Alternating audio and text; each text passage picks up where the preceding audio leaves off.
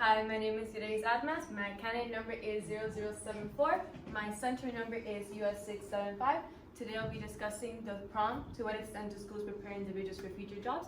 I'll be talking it in the technological perspective, while my teammates will cover the rest. Why is the use of technology important in schools? There are many reasons why technology is an important factor in learning all around the world. The main reason being is to prepare individuals for the future or current jobs.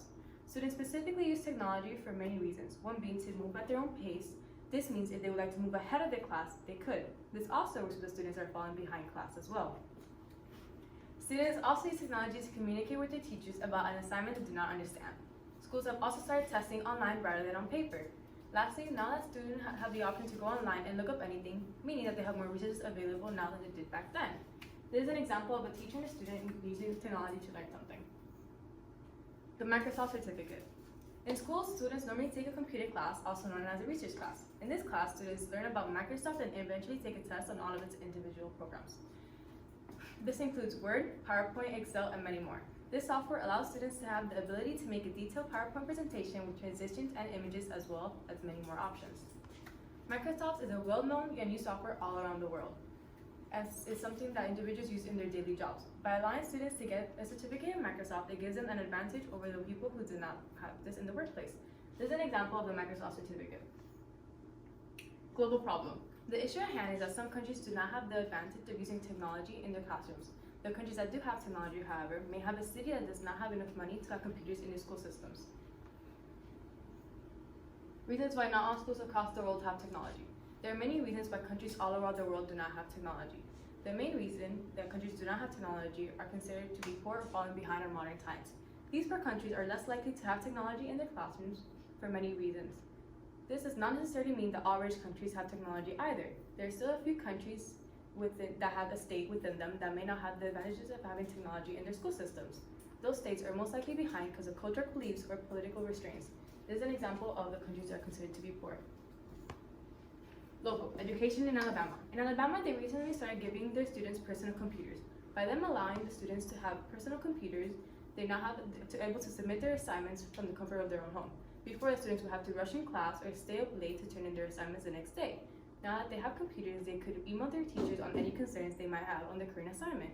Before, they couldn't do this. They would have to wait the next day, sometimes weeks, to ask their teachers for help. Teachers can also submit assignments online when they are absent for the students to do. For example, when a student doesn't go to school, they would normally have to wait a whole other day to get their assignment from class. Now that they have a computer, they could either email their teachers or check online for their work. This is an example of a school in Alabama. Global education in China. China is ahead of mostly every other country. They use artificial intelligence to run mostly everything within their own nation. Chinese schools use smart cameras to record how the students react towards the lesson they were being taught in class. This way, the teachers would know who needs more help in the subject.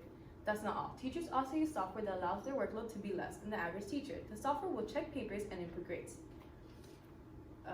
Finally, all the software will be good for other countries as well. This is an example of a student using the facial recognition software in schools. Global education in Colombia. Colombia is considered to be a country behind modern times. This means that they do not have much technology there. The Colombian school system do not have any computers and have very few books.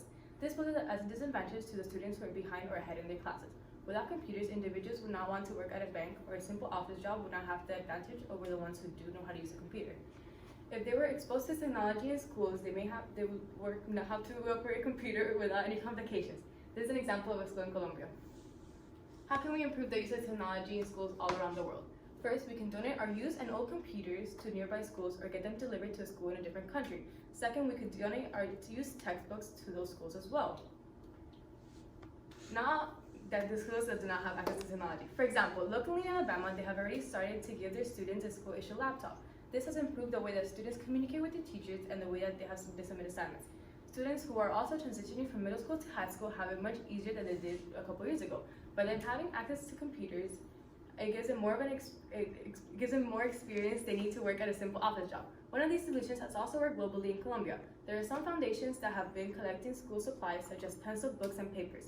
It would be a good try to add used computers to that list, since having computers will open lots of opportunity to those who do not have them.